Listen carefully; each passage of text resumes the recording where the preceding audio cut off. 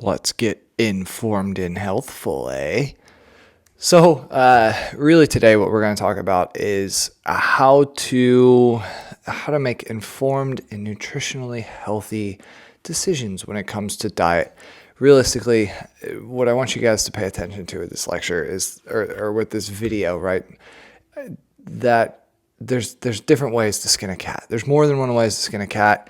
There's different ideas that make things healthy or optimal or not. It's going to vary based on the individual. We talked about it in class. What I really want you guys paying attention to is how these things are similar but different.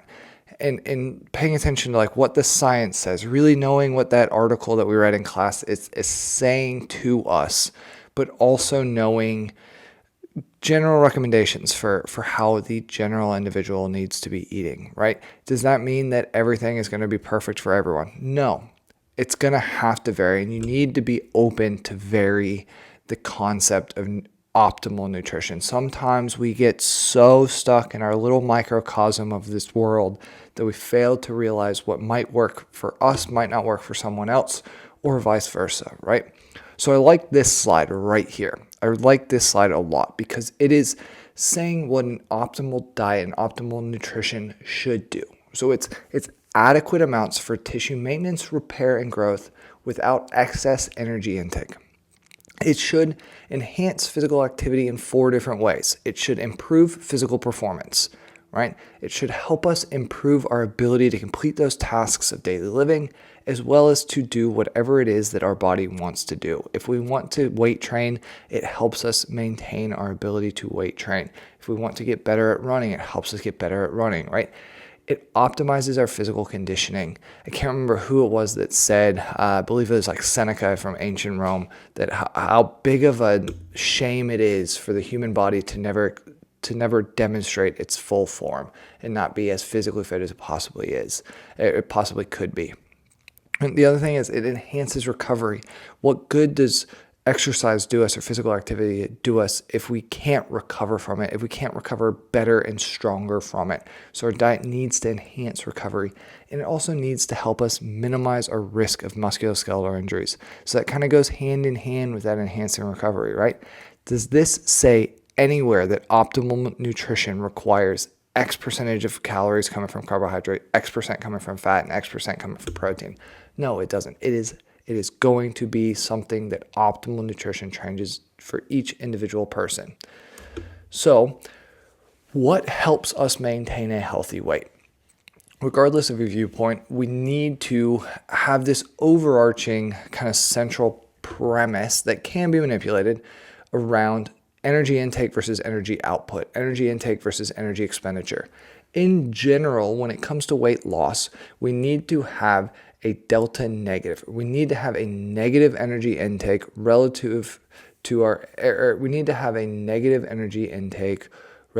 energy expenditure. So that means that we need to either increase our energy expenditure above that of what we are consuming, or we need to reduce our energy intake below that of what we are expending, or we need to do some combination of the two.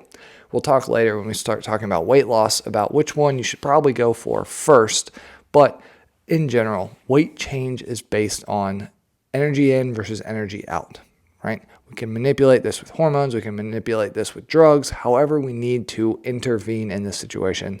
This is generally the promise that holds clean. Does that mean, a lot of you guys have probably heard that one pound of fat is equal to 3,500 calories. So does that mean that if we go 500 calorie deficit a day for 7 days, we're guaranteed 100% we're losing bang on 1 pound, no questions asked, every single time we're losing 1 pound?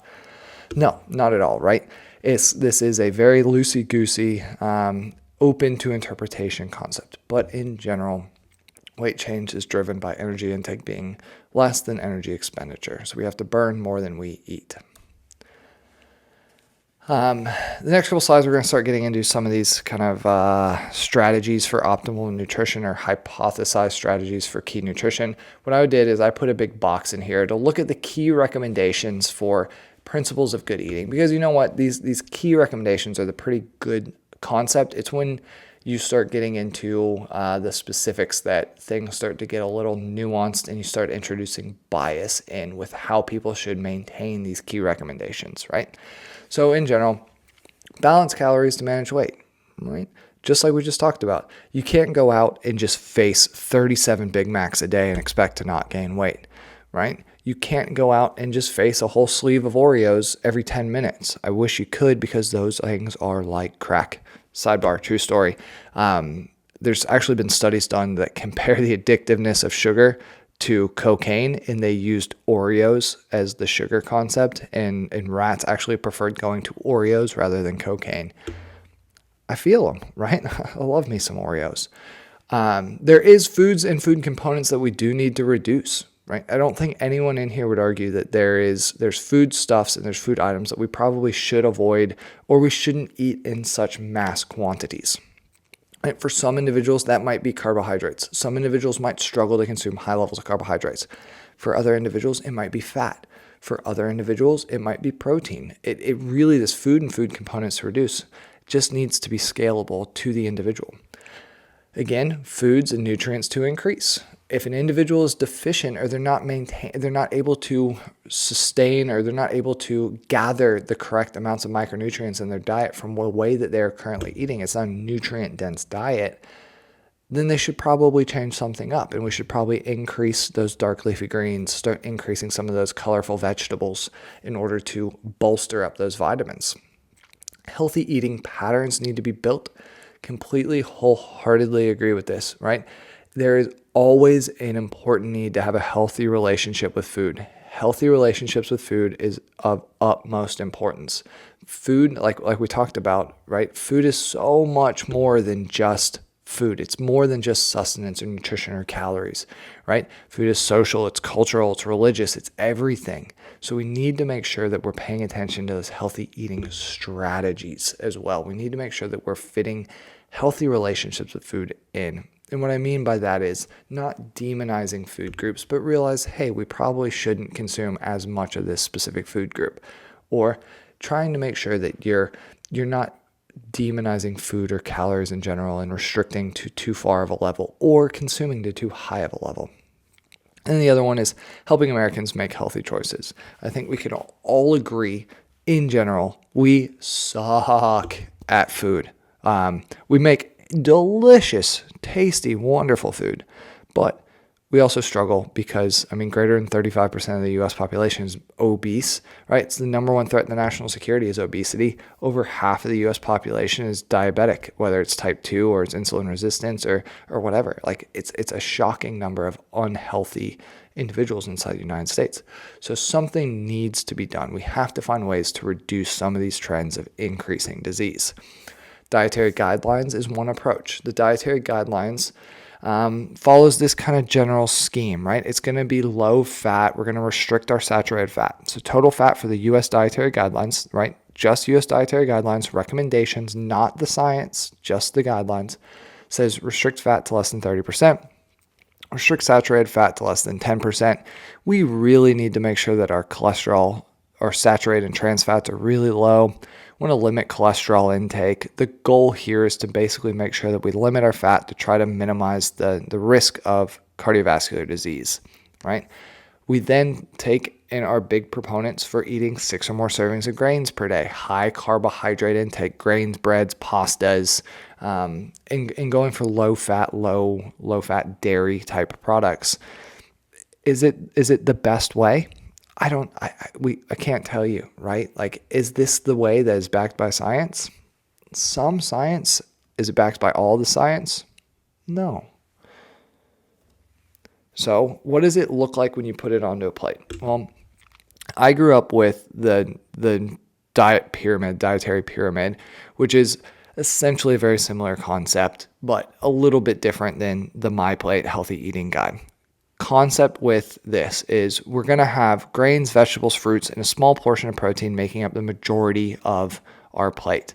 A couple of cups daily of fruit, a couple of cups daily of vegetable, high levels of grain intake, decent amount of dairy intake per day, and then about 6-ish ounces of protein per day. So not a ton, but not a little bit of protein. Now, the book goes through and highlights 7 different problems with MyPlate. And I'm going to actually take and read through these 7 different problems just so that you can hear them. Provides information that whole grains are better for health than refined grains. Some high-protein foods, fish, poultry, beans, nuts, are healthier than red meats and processed meats. So what they're getting at here is by saying just grains, we need to make sure that we're highlighting the difference between eating like a good quality oatmeal versus eating just straight up white rice. High protein foods, so just where it says protein in that bottom right corner of MyPlate, making sure that they're highlighting that, you shouldn't just be eating Slim Jims. While they might be high protein, they're also full of other preservatives and nitrates that might not necessarily be the best thing. So making sure to advocate for a good quality source of protein in certain types of meat and certain types of fish. There's nowhere on here does it make mention of what sorts of fats that you should be consuming, where the fats should be coming from. So it needs to make sure to include beneficial parts of a healthy diet that are fats. Again, need to differentiate between potatoes and other high glycemic vegetables that act like sugars. So in that vegetable category, potatoes, white potatoes, French fries, all that type of stuff counts towards your vegetable serving. True story. Ketchup counts towards this fruit and vegetable serving as well because it's technically coming from that source. So it's something to think about that they need a little bit more clarity. I also recommend to reduce dairy intake, which has its pluses and minuses depending on what lens you view this through. It needs to emphasize the negative effects of sugary drinks. It doesn't really do a good job of highlighting any need or lack thereof to avoid sugary drinks. And then it also fails to mention any level of physical activity that needs to be conducted. So what they've done is the book has gone in and made the argument that MyPlate is just oversimplified, basically. So what they propose and what they advocate for is what Harvard has produced, which is the Healthy Eating Plate, which is a little bit different, but let's be honest, it's basically the same. No major difference, realistically. They highlight the fact that you need to be having some level of fats. They introduce the concept of drinking water, not just milk. And in limiting sugary drinks, they highlight the different types of whole grains versus refined sugar grains. They talk about the difference between different qualities of vegetables. And then they also talk about the different qualities and different types of protein. And then my favorite part, they make sure to stay active. So that bottom left-hand side where an individual is going and running across of it, it is supposed to remind you to be super active. So just something to consider that there's a couple different guidelines out there. Basically, these are the same thing, right? Limit your fat, increase your carbs, increase your vegetables, increase your fruits, and have an adequate serving of protein per day. Now, this looks very similar to the Mediterranean diet. Like we talked about, the Mediterranean diet is kind of like this regional based diet that's going to get the majority of its base for every meal is going to come from fruits, vegetables, whole grains, olive oil, beans, nuts, legumes, seeds, herbs. And then you're going to have fish or seafood at least twice a week. Start adding in moderate portions of those meats, those poultries, and those eggs and the cheeses. And then there's also wine in moderation. So that's the Mediterranean diet. It's very similar. It's just lower in grains and lower in breads, a little bit higher in pastas. And then it advocates for higher concentrations of fish and seafood in the diet. Good thing or bad thing, you can decide. Relatively similar though, right? They follow the same trends that we talked about on those first U.S. dietary guidelines. They're very, very similar concepts. When it comes to measuring these foods, not many people walk around with these portion size controls. Like no one walks around with measuring cups and food scales, realistically, unless you're a bodybuilder. We have a couple of those in our class. So they might walk around with some food scales or at least measuring cups. This is just a good idea for you to start getting concepts of how much food is what. So a medium potato is about the size of a computer mouse. An average bagel should be about the size of a hockey puck, right? So like, how many of you eat bagels that are that little? Not this guy. An ounce of cheese is about 4 dice. Tablespoon of salad dressing is about a thumb tip, right? So just the top of your thumb. An ounce of nuts or candies is a very small handful. And then I think the big one is the deck of cards representing 3 ounces of cooked meat. You can also do your hand, right? A balled up fist is about relatively the same size as a deck of cards, right? So it's about 3 ounces of meat. So you can use those concepts to start getting an idea of portion sizing as you're looking at your plate and as you're building out, whether it's the My Healthy plate or the Healthy Eating plate, the My plate, or the Mediterranean diet. Or for those of you guys that choose to go alternative dietary routes, the same thing. You can eyeball it based off of this. So you don't have to measure to the exact T every time, because that oftentimes does not create a healthy relationship with food. So this is going to be one of those slides where we start introducing a couple of different concepts, right?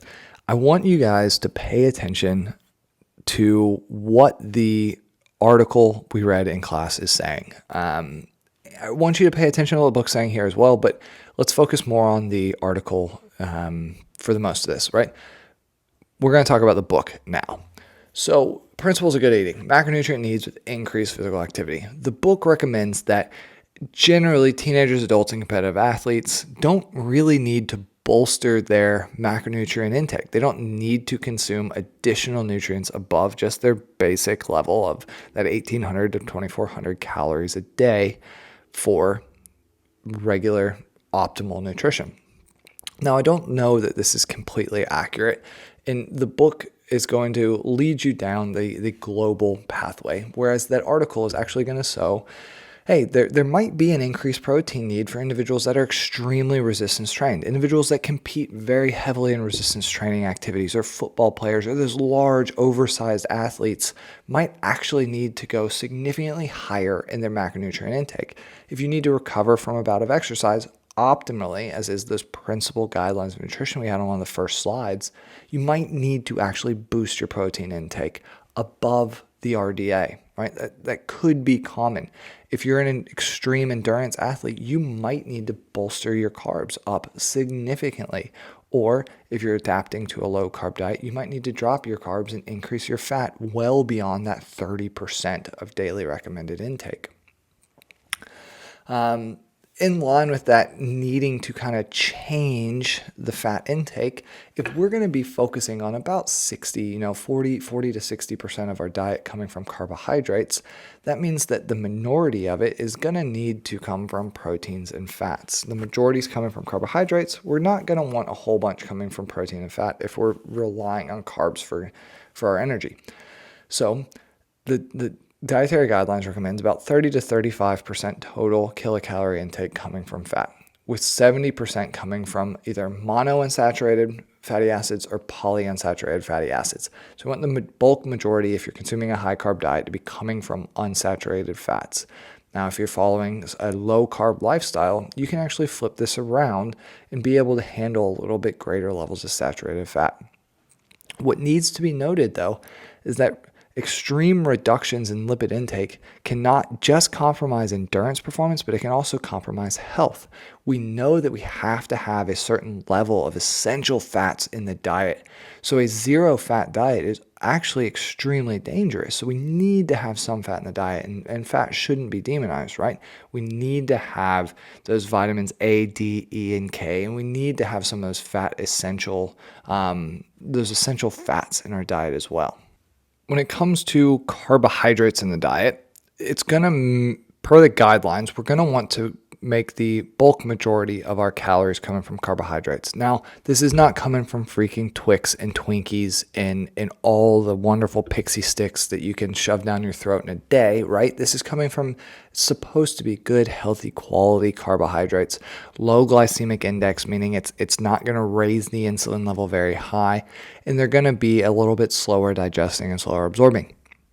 So that means they're going to be higher in fiber. So we want to aim for those high fiber type carbohydrates.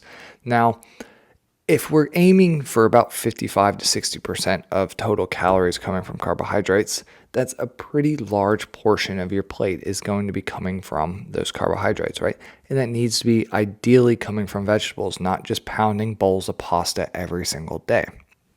What's crazy here is that as we've talked about with the bioenergetics, sorry, I keep clicking this. As we talked with like the bioenergetics and the what's fueling what during the exercise lectures, we saw that if you're consuming carbohydrates, you need to rely on carbohydrates a lot more. So that means that the endurance athlete might need between 8 and 12 grams per kilogram of carbohydrate per day, right? Think about how many grams of carbohydrate that is. That is an insane amount. Here, the book kind of averages it out to be about 10, somewhere between 8 and 12, right? Halfway in the middle. 10 grams of carbohydrate per kilogram of body weight per day is wild. That's so much carbohydrate. That's not a problem, but I want you to take 5 minutes, not even, right? Take 30 seconds and take your body weight, divide it by roughly 2, and then multiply that number by 10. And that's how many grams of carbohydrate you should be consuming in a day if you're an ultra endurance or you're an endurance athlete. That's wild. The goal of this is basically to make sure that we are maintaining topped off muscle glycogen and liver glycogen at all times, because the performance of the individual that is carbohydrate adapted and carbohydrate addicted is going to be driven by their ability to maintain those glycogen stores. So if we're continually retopping and retopping and retopping and retopping. That's why we have to have such high recommendations here. So if we pivot away from the macronutrients and we pivot kind of towards the micronutrients, what type of need does the general physically fit individual need for vitamins? It really is going to depend, right? If the individual is deficient in vitamins and minerals, then they might need to have a 1-a-day low-dose micronutrient multivitamin of some way, shape, or form. Now, the book actually goes in and says that vitamin supplements aren't going to offer any sort of improvement in performance, not going to increase vitamin or mineral blood levels. They're going to have no physiological responses to strenuous training, and they're not going to protect against muscle damage from intense physical activity. So, when you read the article in class, you saw that that's not necessarily 100% true.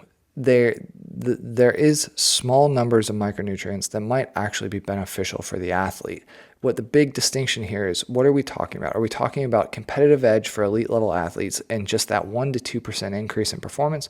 Or are we talking about just making sure that an individual hits all their minimum needs?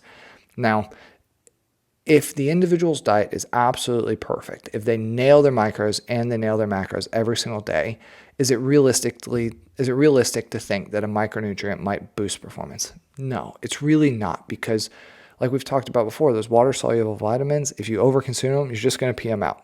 And those fat-soluble vitamins, realistically, you're not going to be driving in high levels, right? Like, you're going to find them, but you're going to get them from your meats and from your fats. They're not going to be found in high doses inside of those multivitamins, because it could be dangerous. So for the individual that just nails the diet every single day, there's probably no need for a multivitamin. But for the individual that is lacking in their diet, or who might be deficient in something in their diet, or who might be at increased risk of, let's say, anemia, like our female endurance athletes, then there's definitely a place for a multivitamin. A low dose 1-a-day multivitamin, like the article says, can be super beneficial when the diet is not bang on perfect every single time. So it's a mixture of ideas and hypotheses and bias that you're seeing start to creep in. Where exactly can some of these vitamins play a role in performance, right? Or how could they possibly play a role in energy production? Rather than insult your intelligence and read through this exact chart everywhere for you, just pay attention. We've talked about this before a couple times. You can see where some of these different vitamins come in and play a role, whether it's B or C vitamins. They play a pretty big role when it comes to bioenergetics and our ability to produce energy. Now we're going to kind of take and pivot a little bit hard, but it's super important to think about a well-formulated diet and a proper diet and an optimized diet when it comes to the immune system. Now, since this is not an exercise immunology class, or it's not an immunology class of any form, we're going to very simply breeze through the next 6 or so slides, but they're still very important for your knowledge base moving forward. Essentially, our immune system is divided into 2 different systems: an innate and an adaptive, or an acquired immunity.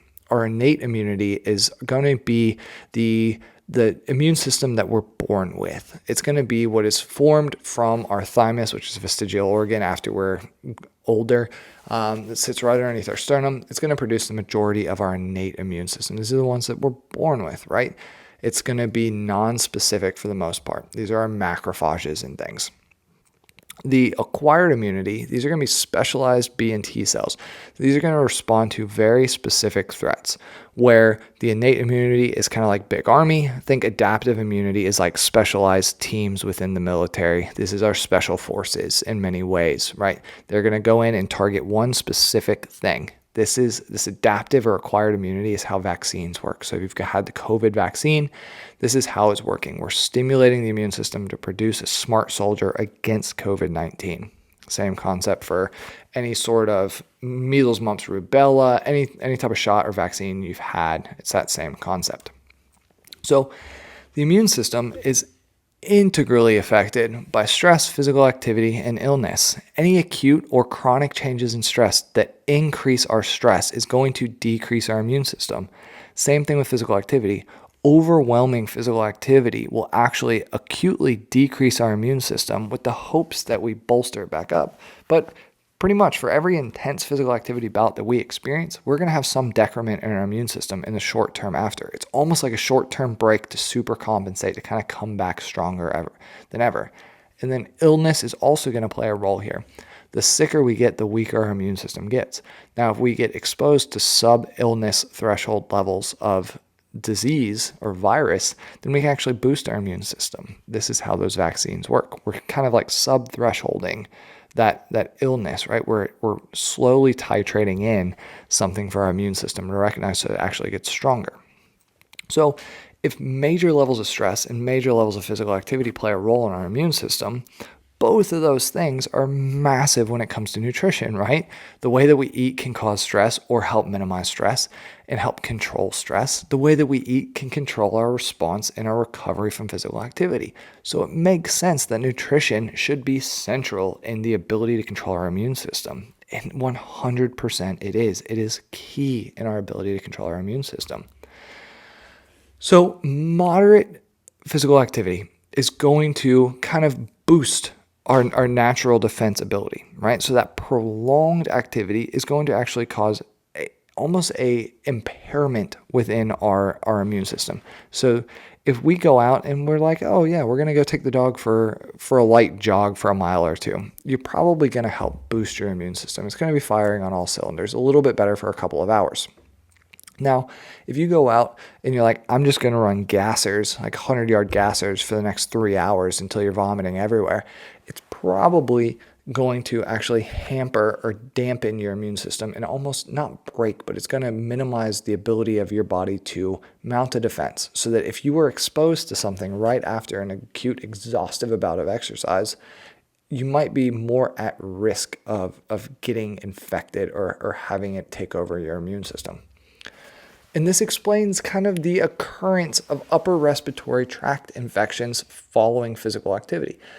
So if you look, you can actually follow this J-shaped or U-shaped curve, such that as the intensity or activity level or volume of activity increases from sedentary to moderate to very high, or low to moderate to very high intensity exercise, we actually have an initial decrease in risk of upper respiratory tract infection. And then we take and pivot that, and it's a near vertical line up once we get up above that moderate intensity when it comes to risk of upper respiratory tract infection. Now, this is that cold, cough, flu-y type system or infection, right? We kind of have the sniffles and all. This was originally discovered because they started doing research looking at recovery from the Boston Marathon and how many people got sick, what the immune response was to the Boston Marathon, right?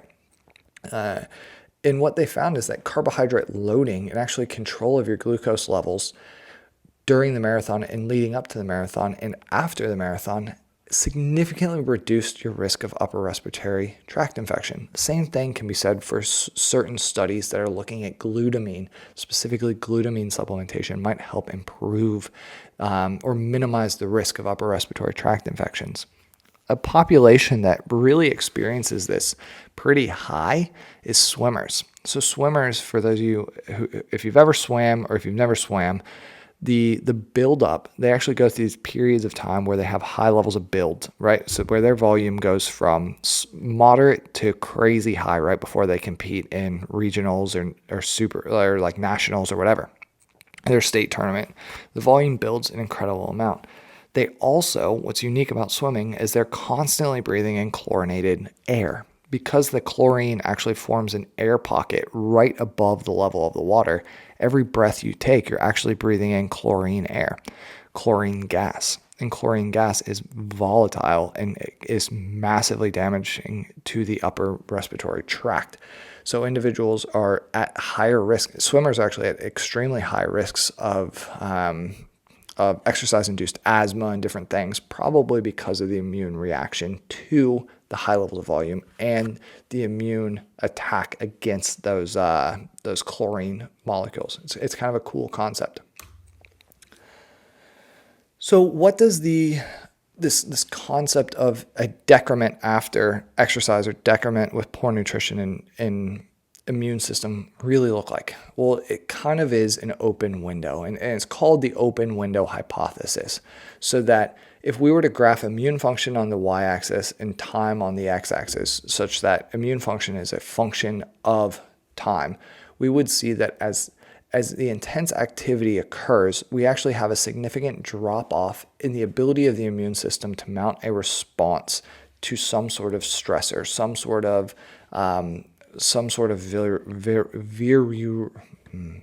virus. Jesus, I was going to try to use a fancy word. Some sort of virus, some sort of bacteria. We lack the ability to mount a response to it, or it's significantly damaged.